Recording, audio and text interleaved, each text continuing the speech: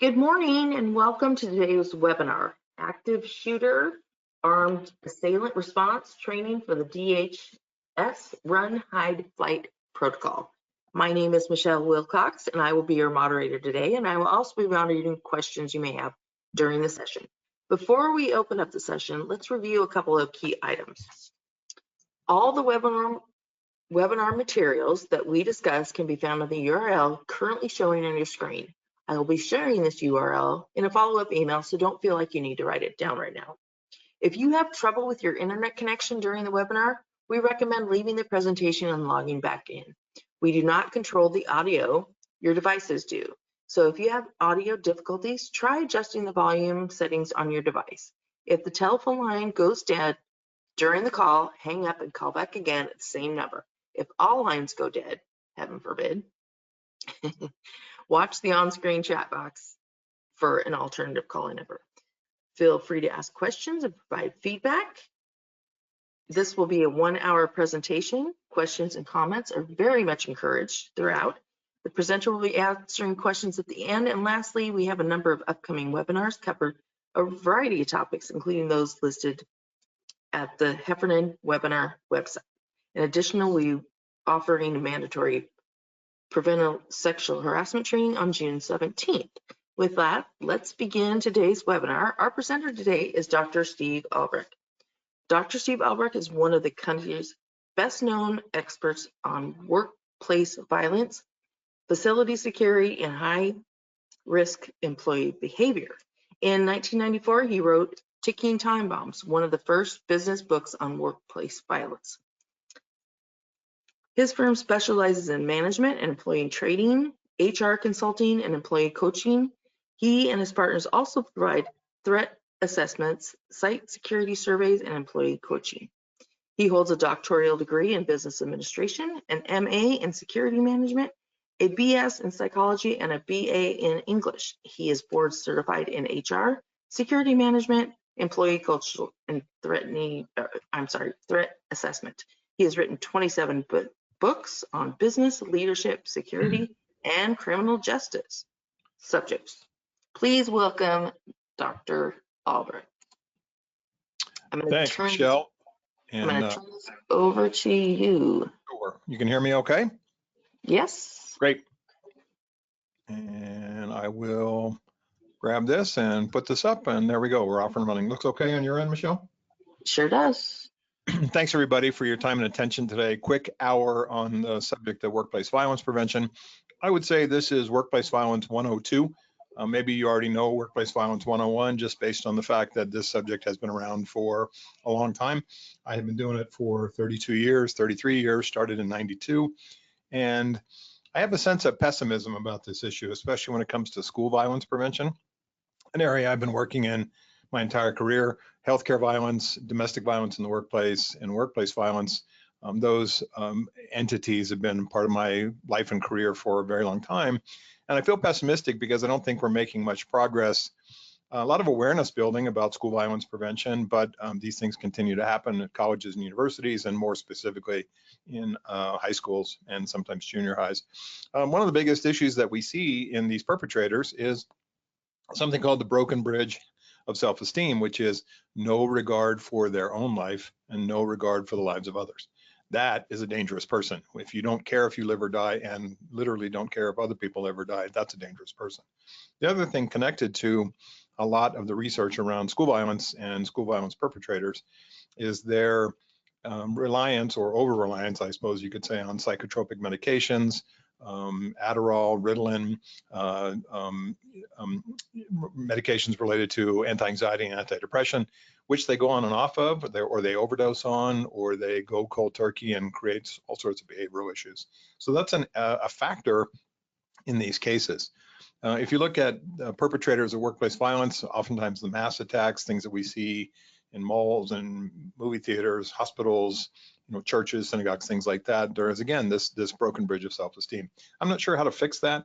I've been looking at this subject for 30 years. I've written a bunch of books on the issue. I've interviewed 3 workplace violence murderers in state prison, all of them in California.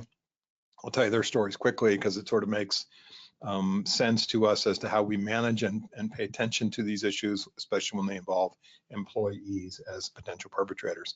So thanks to the good folks at Heffernan Insurance.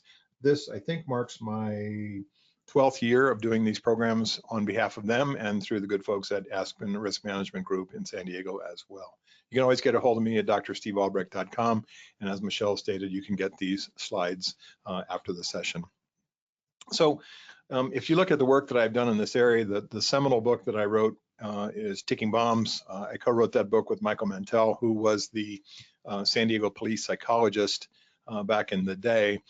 He was the mental health responder for the biggest mass murder in the history of the United States at the time, which happened in San Diego at a city called San Ysidro, the last San Diego city before you cross into Mexico. Perpetrator there in '84. Killed, I think, 23 people at the McDonald's, kids and parents, before he was killed by the San Diego PD SWAT team. So Mantell provided the debrief for all the first responders, which is a critical part of our discussion as well. Your ability as a thought leader in your organization to create those relationships that may be never needed in your organization or could be needed tomorrow, God forbid, for mental health services, not just employee assistance or EAP program providers, which are useful, and I'll talk about that as well, but a mental health services relationship that you have in your particular community with those types of mental health clinicians who can do trauma work and do post-incident debriefing for something like a line of duty death in your organization. One of our employees gets hit by a car in the parking lot, is badly injured. People see that. One of our employees has a heart attack out in the field or at his or her desk, which is terrifying.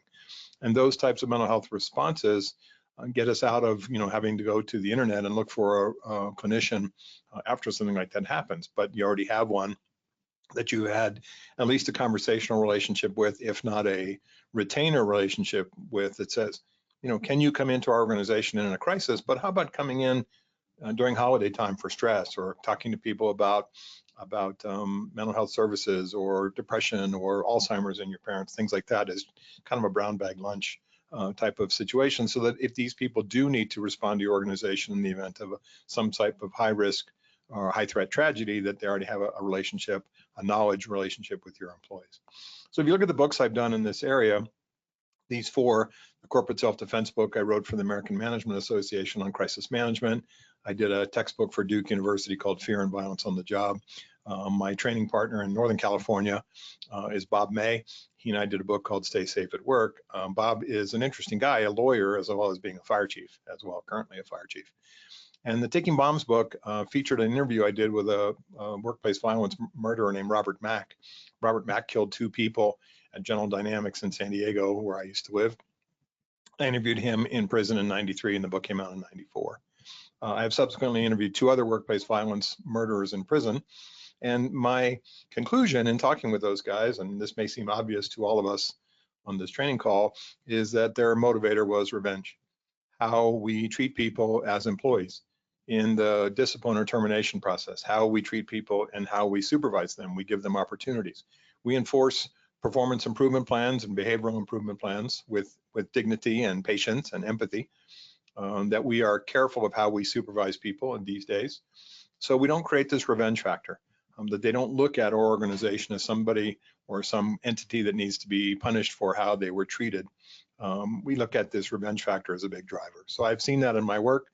I've written 27 books, and you can see these 4 on workplace violence have been kind of the core features of my exposure to this subject going back 30 years. So in California, for those of you that are in California, we have something called Senate Bill 553. And there may be versions of this in your particular state, but in California, there's been a new exposure, a new demand, a new focus on workplace violence following this past last year, and was put into place with many OSHA guidelines. But this happened as a result of an incident in San Jose, California, where a mechanic at their light rail facility killed like 9 people and then himself. And you go back to the larger motivators for this guy, it's revenge. He was angry at the union, he was angry at his bosses, he was angry at his coworkers. These people have this broken bridge of self-esteem, no regard for their life or the lives of others, and allows them to make, in their mind, these decisions to do these horrible things. So as a result, California created a number of drivers and a number of requirements for employers in California, public and private sector, which you can see some of here and we'll talk about. And the other part, and maybe this is the same in your state, or if you think about the federal government's response to school violence or workplace violence, is oftentimes driven by events, is it not? So, you know, we saw this bombing that happened in Palm Springs over the weekend, and there's a big federal response to that. There'll be some shooting somewhere that involves, you know, people being killed, kids or adults, or, you know, people just out in public, run over by a car or something like that, and there'll be a massive public or massive response from the federal government to this public event. And then you say to yourself, sort of pessimistically, or, you know, in terms of our focus on the future, what is the change that we are going to make as a society for these things? What can we do to identify these people faster? What can we do? And this goes back to where you and I would talk about this. What can we do to create the kind of environment, the kind of culture in our workplace where it is much less likely for an employee to do this because they feel treated fairly? They feel they have every ability to succeed as anybody else. And that really, too, I'm a big believer in the Employee Assistance Program, EAP possibility, which is we have a mental health relationship for people that are hurting. And a lot of people are. A lot of people are living check to check and feeling quite desperate about their life situation, and you may never know it. We can't force people to go to EAP, but I'm a big believer in it. I've been myself useful for some of my PTSD issues from my old days as a cop in San Diego. And I also know that there is a stigma and a sense of fear of being outed, and somehow someone will know that they've reached out for these services that we're always having to address. So anything that you can do at your level, especially as a supervisor, manager, director level, department head level, to help remove some of the stigma for the EAP exposure to it, to give people at least a sense that it exists. And I always say that if I can get people to go to the first session, they go to all of them. And typically it's 3 to 5 sessions with a clinician over a variety of issues. It could be drug and alcohol, or financial, or legal, or marital, or blended families, or sick kids, or Alzheimer's in your parents. But all these things that we are facing as employees, as a society, cross over sometimes from home to work in terms of their impact on the business. So we'll go back to Senate Bill 553 in California. It says we need basically for each organization, what I would call a workplace violence prevention czar, somebody who's in charge of the prevention plan. And the workplace violence prevention plan administrator in my world, I do a lot of work in California, even though I'm in Springfield, Missouri, is somebody who is versed in the issues of the organization, is typically around human resources. It could be a team approach, which could be facilities and IT and safety managers and department heads and the agency attorney or the private sector attorney that provides legal services. These people can work together in a team to be this workplace violence prevention plan administrator. In the California version of this bill, which you may have some version in your particular state, we have to maintain better records of threats and our response to threats and injuries that may be related to workplace violence, and report those to OSHA. Training is a big part of it, so thanks for coming to this. We go to training to change our behaviors and change our understanding, especially of complicated issues like this one, that we have a mechanism in place to collect reports from employees about workplace violence threats that they may hear from vendors, visitors, strangers, taxpayers, customers, clients, coworkers, former coworkers, or, and this is a big one for me as a former domestic violence investigator in San Diego PD, domestic violence that crosses over from home to work.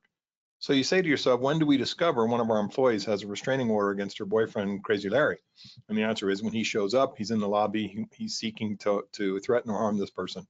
And so there is a fear factor, obviously, which is built into domestic violence as a workplace issue because the victim is afraid of being fired. Now, the good news about this subject, if there is any, is California has something called Senate Bill 400, which says we cannot terminate employees who have a domestic violence issue for being a DV victim, meaning it is a protected class. So that's one of your homework assignments. Check and see in your state whether domestic violence victimhood as an employee is a protected class issue, like age or race or sexual orientation. If it is, we have a duty of care for these employees. And the sad part, it is not universal in all 50 states. The second part is we want temporary restraining orders, or TROs, or any other kind of civil stay away order, to be something that the employee feels comfortable talking with their direct boss and or HR or security if it's a function in your organization to say, hey, I have a restraining order against this person. Here's the details. It has been served, it is valid, and it is here's a copy of it. And so that we can do the best we can to protect this person while they're at work. That's part of the Senate Bill 400 mandate in California, which is we must create a safety plan, not only not firing the employee, because then they have two problems, no job and still DV victim, but also creating a safety plan for that person at work, meaning moving them to another facility or strengthening security or access control or bringing in private security temporarily until the emotional temperature goes down. There is a sense for this bill in California and perhaps in your state, if you have a version, that we demonstrate due diligence on reported threats. So I'm going to talk to you about a concept called hunters versus howlers. This is created by Ted Calhoun of the U.S. Marshal Service back in the day, where he did a study, a book for the U.S. Marshal Service on who they protect, which is federal judges and federal courthouses. What he figured out was lots of people howl. He called those howlers who made threats to judges. A small number of people did not howl, and those are the ones that did harm the judge or the judge's family or burned down the courthouse from 1873 when he started the report till or 1789 to 1993, did a 200-year study. Those people he called hunters because, and this is the key for our discussion here, they did not threaten the target directly. They threatened the target through, and this is important in our discussion here, a third party. A third party heard the threats, not the direct target. Secret Service talks to howlers all day long. They look for hunters, and we'll talk about that distinction. Another necessity in the Senate Bill 553 is a site security assessment of your facility. I do lots of these for my clients around the country. It is an evaluation of the security from the outside of the building inward and from the inside outward. And we look at everything from cameras to lights to security policies to how we handle the HR discipline and termination processes on forward, to say, how do we make changes and corrections that improve the physical security and the psychological security, the kind of security culture of our organization. And the last one I talked about, the need for a post-incident response, typically by clinicians that we already have a working relationship with, or at least the opportunity to create a working relationship in the rare case that we need their services. If you look at OSHA's dividers and definitions of workplace violence, it is typically built around the type of perpetrators. And this is the national, federal OSHA guidelines. Most states carry the same thing. The fifth category there is my wish that we had a fifth category of cybercrimes. I've done a lot of research and knowledge of these situations involving healthcare, hospitals, libraries, city government, federal government intrusions by out-of-state perpetrators or terrorist perpetrators, or just these black internet, dark internet people that try to shut down our power plants, our hospitals, our water supplies, and they have been successful in some cases. So I think that's a workplace violence category. But if you go back to OSHA 101, it is crooks, the first category, most prevalent, most common, most number of incidents, robbers. Number two is people we provide services to, clients, customers, visitors, vendors, taxpayers, students. The most dangerous in that category too, in terms of number of incidents, is students, college and high school as perpetrators, and also patients in healthcare. Your typical emergency room on a Friday night oftentimes has armed security or on or off duty armed cops because of the level of intensity, emotionality, and violence. Third category, again, going in order here, most prevalent, number one, second most prevalent, number two, third is current or former employees. That's what the news media thinks is most prevalent, but it's actually not, it's number one. And the last one, domestic violence involving an employee. The problem with category 4, and this may be a concern in your work culture as well, is employees are afraid to report because they're fearful of being fired. The culture in your organization should say, and I provided my clients with policy language, written policy language of this exact nature, which says, we have no desire to pry into your personal life, but if there is a chance someone could come to work and threaten you or anyone else, we have a duty to respond. And if you have a restraining order against anybody who could come to work, you need to tell us so we can help enforce it. And that's not prying into the employee's personal life. It's coming into contact with the employee's personal life if it crosses over to the workplace. So that is a culture shift some organizations don't want to make, but it's critical because sometimes we do not respond in time, or we are hesitant to get involved, or even angry at the victim for bringing this problem to our doorstep, and that's not the way to solve it. So the point of our conversation for this training is to change your understanding of this subject. see what workplace violence looks like today in lieu of 30 years of research and study, which I've been doing, to create a culture that is oriented around service to our clients and each other, and service to our organization internally, and creating that type of environment where these things are less likely to happen based on the culture we create to have empathy and patience with everybody we work with or everybody who works for us. To create a sense of trust where employees can come and bring things to our attention, even stuff that's scary or dangerous or negative, and create a sense of public trust that doing business with us or coming into our facilities is safe. I do a lot of work in public government.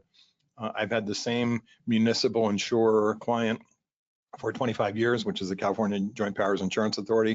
They have 135 cities. I've been to almost every one of them in the 25 years that I work for them. And it is the same thing, which is, do we create an environment where employees feel safe? Do we create an environment where the public feels safe doing business with us? And then look at that second to the last piece, which is that how we create an environment where our employees have patience with our clients, customers, taxpayers, visitors. They have patience with each other. They're empathic, that they have good listening skills, especially under stress. Most people do not. And that we make this a model that we create in our organizations to make the culture safer. And the last one, something called the lifeguard models, which I talk about in workplace violence all the time, which is in any kind of threatening situation, you got to take care of yourself first. That's what lifeguards do. They don't drown at the beach en route to saving someone. Take care of your coworker second, take care of the people we serve, clients, customers, taxpayers third. That's the model. Take care of yourself first. You are no good unless you are safe. Take care of everybody else who you work with or for second. Take care of our customers third. So a couple things that really come out in this discussion is kind of the overarching themes. We want good treatment of everybody, both internally and externally. We want our employees to pay attention to this third-party leakage. This pre-attack third-party leakage is what the Secret Service, who trained me, U.S. Marshals, and FBI so many years ago, have told us about where these perpetrators don't threaten the target directly. Now, there's an exception to that example, which is domestic violence. Every woman listening to me knows that if I say the phrase, if I can't have you, the follow-up is nobody else can, and those guys are wicked dangerous. They threaten the target directly. But for the most part, when we don't have the DV situation, we get these third-party leakage threats, which come to the attention of staff, and they have to have the courage with a capital C to tell us about it. What I would call the safety and security stakeholders in your organization. Could be security or law enforcement or city attorney, county council, private sector lawyers that work for you, facilities, IT, public works, if that's a function in your agency, director level, general manager, if you have a plant, people at the director level, CEO, CAO level that can get together in terms of this safety and security stakeholder process and talk about when these threats come to our attention. Access control, number 3, makes a huge difference. Our clients are on one side, our staff's on the other. I'm a big believer in locks and key cards and access control and camera systems and alarm systems and panic alarms that help create that type of environment. Fourth one, and really the kind of the driver for the title of this program, is the Run, Hide, Fight protocol. In the United States, we use a Department of Homeland Security video that you can get on YouTube. I'll show you the title screen for it. Department of Homeland Security. It's okay. I've shown it 762 times, but I have a better version that you can get also on YouTube, which I want to show you a screenshot for, so that you can show this once a year to your staff. I think it makes sense as a reminder once a year, and for new employees as well as part of orientation. And if you look at number 4, in my perfect world, the run hide drill, where you would not, no SWAT teams or bloody videos or anything like that. But a run hide drill would be once a year for 15 minutes. We say to all staff, we're going to run this drill tomorrow. It means leave the building as safely and quickly as possible, or if you cannot leave the building or choose not to, go to the safest room that you can and lock it down. The run hide drill reminds people, like a fire drill or an earthquake drill, or as we have out in Missouri here, tornado drills, about their need to do something which may never happen. And the last one, we talked about the value of establishing post-traumatic counseling services and expertise before something happens. So a couple things. Access control really works. Remind your staff in any kind of training or drills or discussion that they need to give their key cards as they exit the building to the first responder. That's the sheriff office, SO, if that's where you have, or the PD, or the EMTs or paramedics or firefighters that show up. We don't want those folks locked out of our building. Tourniquets make a huge difference in these situations because, and here's the sad part, we don't have enough cops or paramedics to handle the number of victims in a mass event. It may come down to you knowing how to provide and put on a tourniquet, including on yourself. I have a bunch, they're cheap. You can get them for about 12 bucks on Amazon. If you go to a website called stopthebleed.org or bleedingcontrol.org, you can see how to get free tourniquet training. This was created through something called the Hartford Protocol back in Connecticut after a bunch of trauma surgeons and cops and firefighters and paramedics witnessed the Sandy Hook Elementary School shooting. They said we need to do a better job in this country of teaching people how to use tourniquets in emergency situations. Stopthebleed.org or bleedingcontrol.org. This leakage piece here, where our employees have the courage with a capital C to come and tell us when they hear this leakage, third-party threats. Sometimes some organizations may pay outside entities to do social media scrubbing and look for any kind of mention of their organization twice a day, in which case they get a report, maybe nothing, could be something substantial. Some of these perpetrators, before they do horrible things, will post manifestos or target certain organizations based on being a current employee or former employee or somebody who's been wronged in their perspective. Back to the revenge piece. And the last one, how we treat people matters. Hurt people, my clinician friends tell me, hurt people, bullied people may seek revenge, and we have seen that in these cases over and over around the country. Cover stops bullets. This is steel, concrete, brick walls. It's not drywall or masonry or wooden doors. Concealment is things like doors or windows that are tinted that hide you. What we want is staff to be able to know, especially in drills or in an actual workplace violence threat situation, to move to where they get cover, which is a room that is better positioned to keep the bad guy out and also that has something to hide behind. Second point there is pretty common. Lone wolf male perpetrators in this country are the ones who are doing these things. If you look at the guy who shot Trump, if you look at the bomber in Palm Springs, if you look at most of the school shootings, all of the school shootings except for Columbine, really, it is not a group of terrorists. It is usually one disgruntled, disaffected goofball with an access to firearms that oftentimes lives in his parents' basement and then bursts out into this display of Rambo-like behavior to pay back society for being miserable. And I see this all the time in my work, and it's one of the problems I do in teaching cops and first responders is, I've done tactical training for cops, wrote a bunch of books on tactical training for cops. About this is not to look for several bad guys, look for one. It's always one. We've only had 2 or 3 cases in the entire United States, unless if you take out the Oklahoma City bombers. There was a case of a husband and wife terrorist team in San Bernardino that killed a bunch of people at a holiday party and the Columbine perpetrators. But for those examples, most of them are one perpetrator. That's who the cops should look for. And by wasting time looking for multiple perpetrators, they cannot get people out to first aid care, which is, again, the reason for us having tourniquet training. Third piece there is really critical. Don't speak to the media. I've seen lots of cases where people are very upset and they go, I saw Larry get shot, and Larry's family is watching TV and didn't realize Larry got shot, and it's quite terrifying for them. The other is they say stuff like, I knew this was going to happen. I could have predicted this, which makes the recovery process harder and also, the litigation process more likely. And the last one talked about this. These are career-ending, life-harming, mentally dangerous events. Get trauma support in place before you ever need them. So let's talk about these perpetrators. This may make perfect sense to you if you've looked at some of these cases around the country: school violence, workplace violence, hospital violence, mass attacks. These people have been exposed to violence in their life, and they see it as a problem-solving solution. Most of them have some sort of mental health history, which is hard to define beyond depression and suicidal ideations, but also that they are troubled. Something is bothering them, as my clinician friends say, and troubling, meaning they bother people. Their behavior around other people is troubling, and they are troubled themselves. You can have both. The desire for revenge is the biggest. It might be stopped in my perfect world by how we treat people as employees, as customers, as people that we come in contact with in our work. And look at how that creates the type of culture in your organization. We are empathic and we listen and we deal with people who are problematic or challenging or even eccentric in a way that's fair for them. No remorse that they survive. They engage in targeted violence, means they go after their boss or the people that bullied them. They go after the new boyfriend of their ex-girlfriend. I've seen that, which is terrifying again. But they don't just shoot willy-nilly. Oftentimes they have a specific plan of people they want to harm. They are, sadly, based on how our culture is oriented these days, narcissistically entitled, meaning the world revolves around me, especially when I have these guns. They're suicidally depressed and homicidally depressed. They have what is called, again, the broken bridge of self-esteem. And here's the saddest one for me of all, which is the desire to be infamous. I feel horrible, but for this brief moment, you're going to be talking about me. For this brief moment in time, you're going to be thinking about me. For this brief moment in time, if I survive and go to prison, I'll become my own personal martyr. And we have martyred these people in death as well, unfortunately. FBI's done a number of studies on websites for the Columbine killers and for other people, the incel hero, which is Elliot Rodger in Santa Barbara, and a number of other perpetrators around the world, which is just heartbreaking to me that somehow these people are memorialized as being as horrible as they were.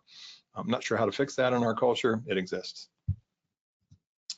So if you go to look at the bottom here in fuzzy letters, you can see Ted Calhoun and Steve Weston created this model for a group I belong to called ATAP, the Association of Threat Assessment Professionals, ATAP. I've been involved with ATAP since probably around 95. They were formed as a result of threat assessment work from LAPD, and we have chapters around the world and chapters around the United States. And we focus on, and have been doing so for 30 years, threat assessment, threat management, school violence, workplace violence, terrorism, stalking, and domestic violence in the workplace. So Ted Calhoun and Steve Weston, Ted Calhoun was the historian for the Marshals who wrote the Hunter Haller book, and Steve Weston was the commander of the Highway Patrol in California's Executive Protection Detail when Schwarzenegger was governor. So if we look at this model these guys created, it starts with a grievance and moves to a violent ideation, and there's a decision that these perpetrators make to move forward.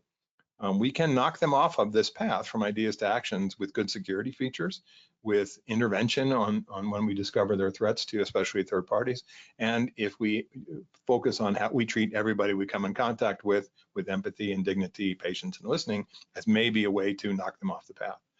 Physical security, response, police arrest, mental health, incarceration for evaluation, all these things are de-escalators. Escalators are things that make these things more likely.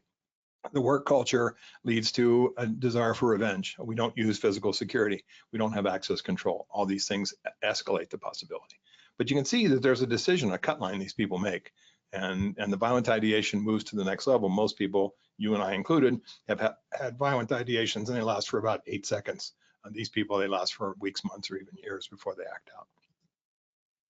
So this comes from my clinician friends. This broken bridge of self-esteem. I have a degree in psychology, but I'm not a psychologist. My doctorate's in business administration. They are disconnected, disaffected, depressed, driven to act, desire for revenge, and desperate and therefore dangerous. The broken bridge of self-esteem makes them dangerous because they don't care about their own life or the lives of others. This is a quote by one of these perpetrators. I want to outdo my idols. I want international attention. I want to be infamous. And guess what? We make them infamous by putting them on CNN and Fox and MSNBC and around the world within 15 seconds of who we discover who they are. You can only kill me once, my actions will live on, and they martyr themselves, even in prison. And this is the big one for me. The motive that they have to do these things is not always known. It could be religious, it could be terrorism, it could be broken heart, it could be you fired me, it could be kick me off the football team. I don't know what the motive is. It could be mental illness, it could be drug related, especially going on and off these psychotropic medications.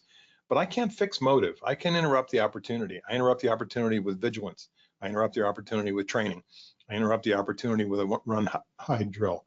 I interrupt the opportunity with awareness in my coworkers about this third-party leakage, because I can't fix motive. Well, guess which one the news media is always focused on?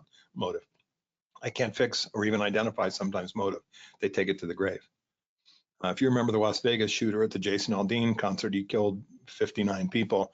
The Vegas cops did a 900-page report, pretty thorough. Can't figure out what the guy's motive was. But I can interrupt the opportunity. Physical access control, vigilance, training, awareness, paying attention to these third-party threats, reporting them, and having our safety and security stakeholders, of which you might be one, doing something about it in terms of threat assessment and then threat management. Assessment is what's going on, and management is what we do about it. So if we look at types of threats that come to our attention in the workplace, this Hunter Haller model makes really good sense to me, and I've been using it my whole career. Sometimes people make direct statements of harm, which could be in violation of our workplace violence policies, threaten to harm somebody, bring a weapon to work, makes them subject to discipline up to including termination or even arrest. Most often though, people make veiled threats. You'll be sorry, look out, watch your back. Those in context may have a lot to say as to whether or not this person actually acts out. That's more howler behavior, a hunter behavior than howler behavior. Conditional threats, if you do this, then I'm going to do that. If you don't do this, if you try to fire me, then I'm going to do this. I have less concerns about those because they put conditions in the way of acting out. If you really wanted to hit somebody, you'd hit them. You wouldn't say, oh, I'd be fighting you if I didn't have to go to work in about 10 minutes.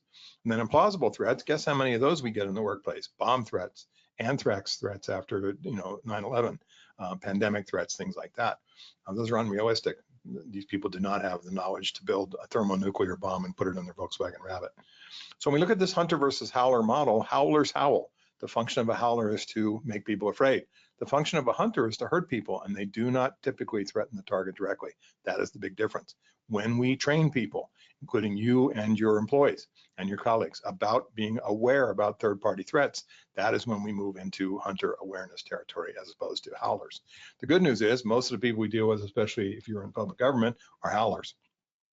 It's not that they're not problematic, it's just they tend not to be dangerous as hunters because they do not engage in the actual behavior that they threaten, and they threaten the targets directly. A, to see what their organization's response is. Go ahead, call the cops, see what I do, right? And we do, hopefully. And also B, that their function is to scare people, not their function is not to harm people. Think about this, when you think about hunters in the real world, they put on camouflage and they sneak around in the woods, right? As opposed to smashing trash can lids together and scaring off all the prey. They engage in stealth behavior as opposed to howlers who engage in look at me, listen to me, pay attention to me behavior. So I often talk about these behavioral characteristics that we see in potential perpetrators as not being some kind of FBI profile. I don't believe in those, but a collection of behaviors. A reasonable person like you, having been through a training like this, talked with your colleagues, talked with peers and supervisors, directors, other safety and security stakeholders in your organization, that you would be concerned. Troubled or troubling, anger turned inward is depression. Depressed people can be quite dangerous, especially to themselves. Religious zealotry connected to terror groups. Injustice collector is probably one of the biggest ones up there for me in terms of warning sign, which is this person sees the world as unfair. They believe you're the reason for their misery. The other one is, near the bottom there, is talks of using violence or workplace violence or school cases that have happened as if somehow it was a good thing. Yeah, that kid that shot up the school, that was some firepower there. That's pretty impressive. That guy scares me. That is not a normal empathic human response. That's a scary dude. And when I hear people talk about school violence or workplace violence or mass attacks as if it were somehow a good thing, I'm concerned. Substance abuse is not typically drugs and alcohol that we think about, although stimulant drugs make people crazy in terms of their meth-like behavior, and alcohol can be quite cyclical. I'm again more concerned about this person going on and off anti-anxiety, anti-depression medication, going on and off Ritalin, Adderall, that kind of thing. How do we know that stuff? Sometimes they reveal it in interviews. Typically, what's more concerning, being bullied or being a bully? It's being bullied. Off the job issues with no support, no knowledge or access to employee assistance program, no desire to use counseling. The problems stack up. Financial, legal, marital are typically the most common. Acquired or practice with a firearm is not a big risk factor for me in context. If the person owns a lot of guns, okay, great. A lot of people own a lot of guns. That doesn't make them dangerous, right? These people acquire a gun or get a gun through their family, typically, unlocked gun safes or in dad's sock drawer. These kids get them. Is a big concern to me if it's not talked about in context. People buy guns all the time. If someone says I'm buying a gun and you'll find out on Tuesday if you're still alive why I bring it to work, it's significantly concerned. That's a 911 call. Other people are concerned. We hear the presence of third-party threats. We see more hunter-like behavior as opposed to howler-like behavior. And do we have any sense, as we talk as safety and security stakeholders, this person may be on a path from ideas to actions, that Ted Calhoun, Steve Weston path.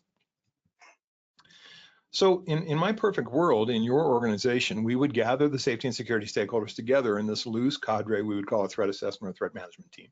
CEO or equivalent, CAO, human resources, law enforcement, security if it's a function in your organization, legal counsel, risk managers, safety officers, person in charge of facilities or IT. These folks can be quite useful in terms of access control, camera systems, and if you go back to my list of perpetrators, protecting our cyber assets just as much. Right-hand side tend to be sort of supportive assets to the threat assessment team, employee assistance program, behavioral health clinicians, department heads, labor relations, union reps, public information officer, or corporate communications. Individual managers or even individual employees who could be interviewed by the team briefly to find out what is going on and to put things into context, and then consultants, of course, like me.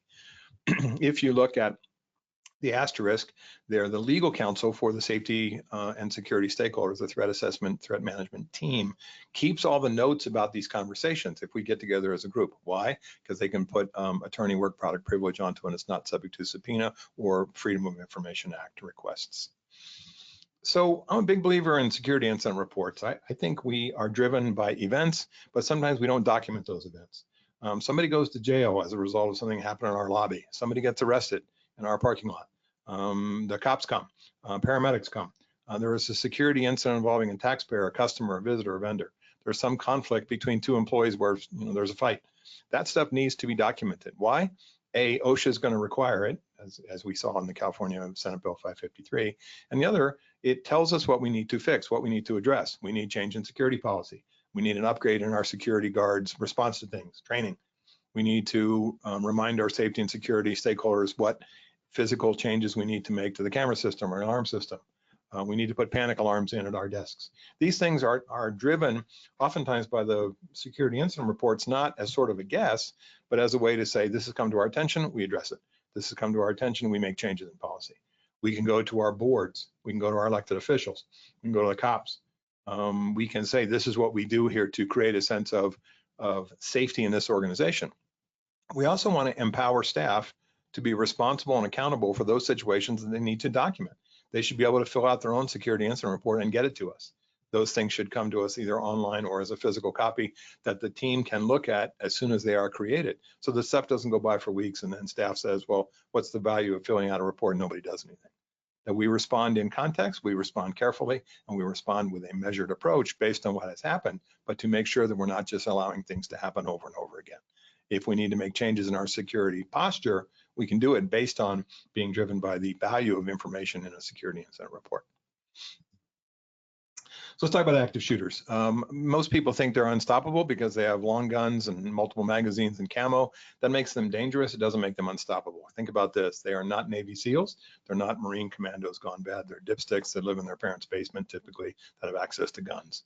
Number two, there is a very short window that these people function under. They know the cops are going to get there, national average between 8 and 10 minutes to engage with them. They want to kill as many people before the cops arrive. If we are locked down in the safest room barricaded possible, if we are out of the building and have left, taking as many people as we can, the likelihood of us encountering these people is much rarer. And because of the time window, if they come to a locked door, they move on because they know the cops are coming to engage. Third one, people think the cops are going to be able to recognize this person because they're armed. That may be true, but also be ready to tell the cops via the dispatchers or 911 calls where this person has left to. Sometimes they want to escape. 4, they do have a target list. Don't be on it. Treat people with fairness and dignity and respect, even if you don't like them, right? We talk about bullying and revenge as the primary driver for these perpetrators. Number 5 is a personal choice. I would never do it. I got robbed when I was 15 years old. Guy put a gun to my head. And when I worked at this little grocery store, threatened to kill me. It made me lift weights and drink protein shakes and go be a cop. I said, I'm never going to have someone get the drop on me like that again. I'm never going to comply. So I will never not fight back in these situations. And I don't believe lying on the floor pretending to be dead is going to save you, but you can make your own decision. Most people think that these people won't fire through glass or doors. They do. It's not James Bond shooting the locks, but those things do not provide cover. They provide concealment. Think accordingly. Get away from the doors and windows. 7, most people think the cop's going to come on and provide first aid. They will not. They will go busy looking for the shooter to stop this person. You need to be able to carry, move, drag, put into a rolling office chair, take somebody out to the safest place possible and get a tourniquet on them or help them get to first aid care through EMS or paramedics. 8, some people still don't understand that gunfire is not firecrackers or car backfiring. Know what that sounds like. Go to an outdoor range and sit there for 20 minutes and listen and just file that noise away. It is not the same as a firecracker or a car backfiring. 9, sometimes people don't realize how the cops are going to come in mass. The incident I talked about in San Bernardino with the husband and wife terrorist team that killed the 14 people. 250 cops showed up at that incident. Now, even if we put 2 cops in every car, that's over 100 cop cars in your building, in your parking lot, right? The cops are going to show up wearing tactical gear, SWAT gear, camo, black clothing, shields, old potbelly detectives like I used to be in plain clothes, cops wearing different uniforms from green border patrol to blue customs to blue police to tan sheriffs to khaki state police.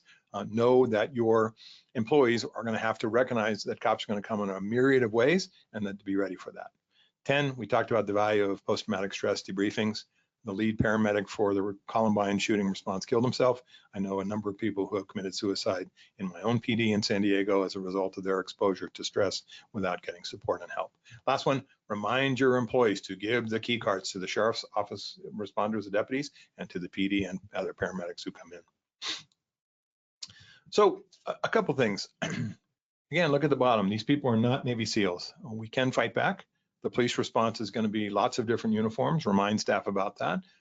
Provide training in using tourniquets, either the Stop the Bleed program or bleedingcontrol.org, or just put them everywhere we have first aid kits and put enough tourniquets to make a difference.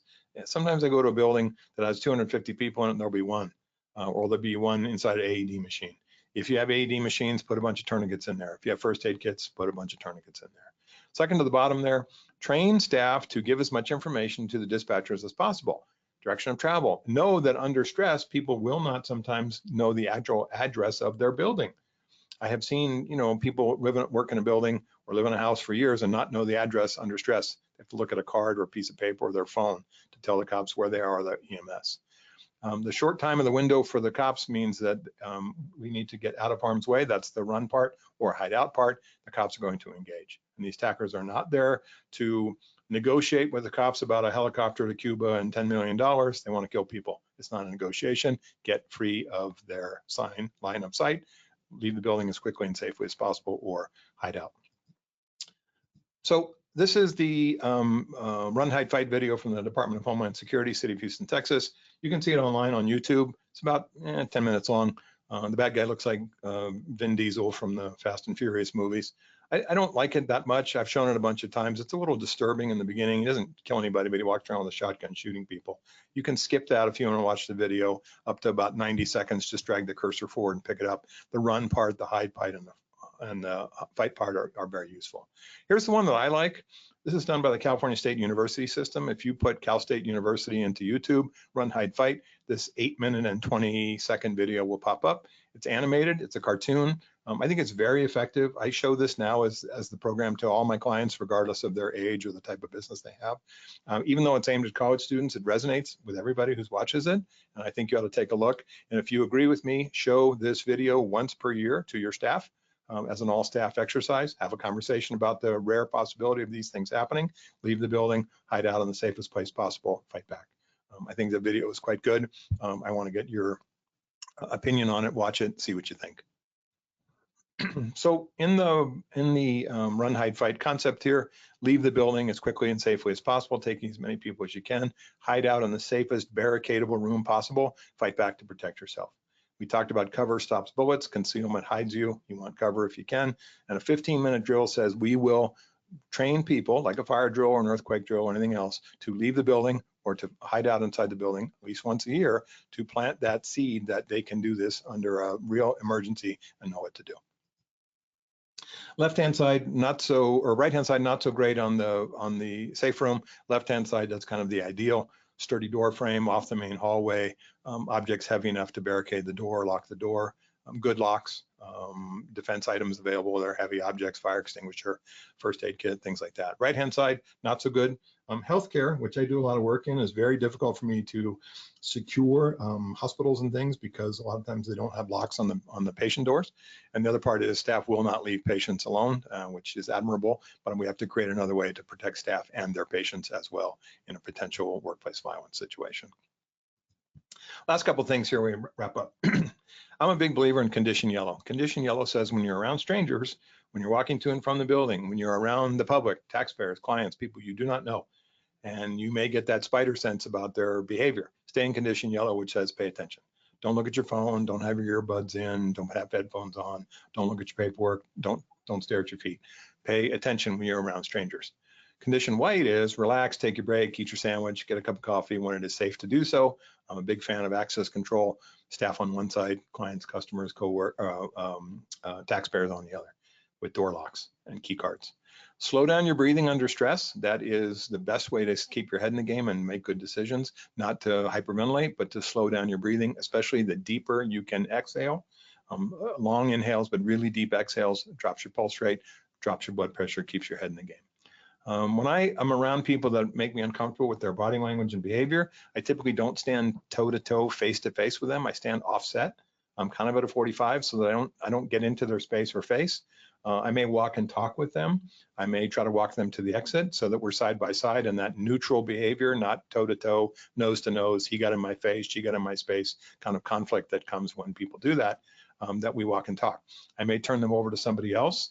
I may try to shake hands or sit down with them. I've been to a lot of bar fights in my career. I never saw anybody fight sitting down. Lots of people fight standing up. Sometimes if you can get angry people to sit, at least even temporarily, they may lower the emotional temperature. Proxemic barriers in our work, desks, counters, furniture. Out in the field, it may be picnic benches, the hood of your car, the trunk of your car that you put between angry person and you.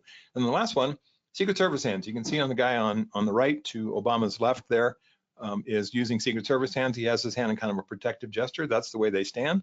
You can protect yourself by pushing away or blocking somebody, but it looks kind of low key. When I talk to people that make me uncomfortable, I have my hands in this posture. If I never move them from this posture, they won't know that I'm feeling concerned. But if I have to, I can protect myself, push them away or block. That's what Secret Service hands looks like. Next time you watch the Secret Service around a protectee, they all stand this way. We can do this as well. Okay, last couple things. Myth of no past problems. Every day was boring here last year, so today's going to be boring. Nothing bad happened last week, so therefore today's going to be boring. And the answer is not necessarily. I don't expect you to be paranoid. I'm paid to be paranoid. I don't expect you to, but don't use boredom and no incident as the predictor of the future. I missed 9/11 by 3 days. I flew home on Saturday from New York. It happened on Tuesday. I don't predict the future. I just pay attention to what is going to happen and potential of being ready for it. I'm not paranoid in terms of being around other people and making them nervous, but I am responsive if necessary. That four spaces thing is a really big deal to me. Think about this. Public space, we invite the public to go. Taxpayers, customers, visitors, vendors, clients, colleagues, customers, they can go around that part of our facility. It's the lobby, it's the foyer, it's the entrance, right? The parking lot. Semi-public is we invite people back to certain rooms. Come back to a meeting here. Come back to this conference room. Come to a training class. Come to our auditorium. Come to this area here that we've invited you in. It's a public hearing, right? A hearing room. Semi-private is employees only. No customers, no clients, nobody else. Just employees only. And private, our personal space. Your desk, your work table area, your cell phone, laptop, tablet, laptop or computer PC that nobody else gets access to. I like locked doors. I like locked file cabinets. I like access control key cards to keep people out of our semi-public spaces without permission and keep them out of our semi-private or private spaces. Last one, talked about know where your AEDs are, put more tourniquets into them. Create some code words for staff. It says, go call the police, go call 911. Don't say go call the cops, and it ratchets up the behavior of the person that's making the threat. Say go call, Dr. Green, or bring me the purple file, whatever it happens to be. Know that landlines are answered differently than cell phones. 911 on your cell phone typically, and it was this way in California, and it is this way here in Missouri as well, gives me the state police. It does not give me local PD or local sheriff. Landline phone, hardline phone, not only will get you to the fastest dispatch center, but it also typically will have your address on their screen as well. If you have a choice in terms of safety and speed, use hardline landlines instead of cell phones. Okay, last couple of things here. Workplace violence, school violence, healthcare violence, domestic violence, catastrophic and fortunately rare. Doesn't happen every single moment of every single day, but these things happen and have happened for the last 30 years. We think about run, hide, fight. We think about access control. We think about how we treat people to lessen the possibility of this revenge. Stay focused on the lone wolf perpetrator. These are people that reveal themselves in threatening third-party leakage. They reveal themselves in terms of their behavior of being angry about being mistreated or about being bullied.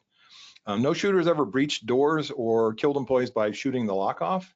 No shooters ever pretended to be the police. Doesn't mean they won't, but if they typically shoot a door or a window, it's to make entrance, but they've not shot at, so far anyway, a run, hide, fight, secured, barricaded room. We can't, quote, predict violence, and anybody who says that on TV is a liar and not an expert, but we can assess dangerousness. We can look for leakage or listen for leakage. We can encourage our staffs to pay attention to leakage in those situations where we encourage them to report to HR or to security or to our safety and security stakeholders up to and including the police. Last one, our biggest strengths for workplace violence prevention are vigilance, paying attention, rapid but measured responses, especially put through the filter of our safety and security stakeholders in a team approach, not just one person deciding what to do, because we all have our biases and limits on our knowledge. Partnerships with safety and security stakeholders inside the organization, outside, including the cops. Every cop in the United States has been trained on run, hide, fight, active shooter response, some better than others. And that we have policies that we enforce, workplace violence, domestic violence policies, policies about reporting temporary restraining orders. And once a year, we do the run, hide drill for 15 minutes, either leave the building or hide out inside the safest place. So Michelle, back over to you. Got any questions? Happy to take those. Anybody wants to contact me with a specific question that's off the record or more confidential, please just send me an email and I will address it. So Michelle, thanks to you and the good folks at Heffernan and the good folks at Aspen for the support. Thank you, Dr. Steve. So we do have one question, or actually two. So one says part of our work involves housing people with substance abuse and or mental health issues. Even if we want to evict someone for threatening our staff, it takes months and months for that to go through the courts. How are we supposed to protect the employees in the meantime? The cost is that 24-hour security isn't feasible. Yeah, I mean, you're that part of your business better than I do, but I'm big on enforcing consequences for behavior. I mean, can you limit this person's access to certain parts of the building? Can you change the number of staff that deal with this person from 1 to 2? Can you change some of the policies in terms of the way that these people use your services? Because you know as well as me, no consequences for the behavior, it's going to continue. And so you have a duty of care for those employees per OSHA, and also have an ethical duty. So sometimes you have to say, we've got to put better boundaries around this person in terms of their threatening behavior, even though it takes a long time to get them out of the building. Got you. Thank you. So another question, how do you determine whether to run or to hide? Yeah, the first choice is always leave the building. Because A, you don't want to be involved in any situation where the bad guy is, but also the cops are going to come barreling in and it's very chaotic. The first choice is always leave. You want to get away from the crime scene, especially if you can get into your car and drive away. That's possible safely. Second is hide out in the safest room possible. Break room, restroom, conference room, supervisor's office, training room, someplace we store the mops or the file folders that we can cram as many people in as possible. But first choice is always run. Somebody asked, can you recommend resources for a small church that has to maintain open, welcoming environment? Yeah, the biggest thing I see with churches is we let weird, strange, odd, eccentric people wander around the church. If they come in and sit down in the front row, have someone in your security team come sit next to them. We watch people from a distance and they do horrible things. Have some people that are trained in security, church security, oftentimes armed in plain clothes, go and sit next to that person. Second thing, tons and tons of resources are online for church security. Lots of consultants specialize in this. And we do a little bit of it, but not much. But there are lots of consultants that really specialize in church security. Oftentimes, federal law enforcement, Secret Service, FBI guys in consultation with local PDs do this as well. You can also ask your local PD for support in some of the things like parking a cop car in front of your building during Sunday services, things like that may be possible. Okay, there's a bunch of questions coming in, so I know we're getting to the wire, but if we haven't, let's do one more. Do you find that it is common to typical prohibit all terminated fire employees from coming back to the property without express permission? Yes, I think that's kind of built in, that once they're escorted off, they have a single point of contact. That's critical. Usually one person in HR. Don't call the company president. Don't call 5 other people. Call me. I'm your single point of contact from HR or security as necessary. So they don't show back up again. There should be no reason for them to do that. Great. I can stay on as long as you want, Michelle. Doesn't matter to me. So, as long as. Okay, so, okay, let's just do it. We are part of a senior living community where residents are not as mobile, can often be in common areas, dining room, theater, etc. Do you have any suggestions if moving quickly is not an option, or what would we advise the residents to do? Yeah, my mother-in-law is in that category. She's in an assisted facility. They have a lot of extra wheelchairs around, and staff can sometimes, in two at a time, move people into wheeling office chairs to wheel them out. The other part is try to get them to be in one place and as best as possible secure that area. So that'd be front doors, exit doors, things like that. It's tough with that, just like it would be for people with physical or developmental disabilities to get them moved. But sometimes you have to be creative and say, I'm going to use an office chair if a wheelchair is not available. But my biggest thing is, can we prevent anybody who's dangerous from coming into that particular room by using access control?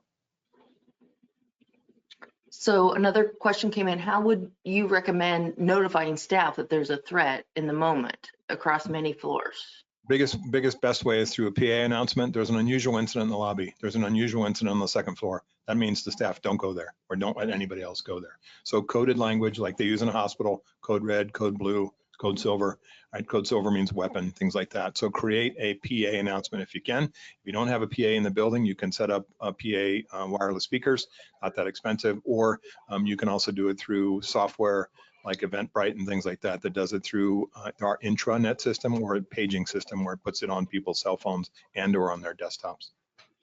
Somebody asked, can you recommend a good panic button product? Yeah, I have a panic button policy sample that I can give to you to give out to everybody if you want, Michelle. And in terms of panic buttons, I just finished doing a training program on this for a bunch of libraries last week about that. So there's lots of good panic button providers. The question is, does the panic button ring to the back office, or does it ring to an alarm company, or does it ring to the cops? The cops is sort of the gold standard, but that's the least likely. Typically, ringing to an alarm company has some pros and cons. That their response may be slow, but they do check and make sure it's a real emergency. Sometimes it rings to the back office, there's nobody back there, or there's no supervisor, so that can be challenging as well. But I can give you a copy of the panic button policy if anyone wants to get it from you. And multiple people are asking for it now, so I will send the information. We have a follow-up email that goes out. Thank you for attending, and it'll put a link to the actual presentation. There will be a recording that will be available. It takes sometimes 24 hours to get that, but Steve, I really appreciate your knowledge and expertise. We hope all of the attendees found today's webinar a valuable use of your time. Please be sure to join us on June 10th for performance evaluations, a skill building refresher for managers and supervisors. Thanks, everybody. Thanks, Michelle. Thank you all for attending. Have a great and safe day.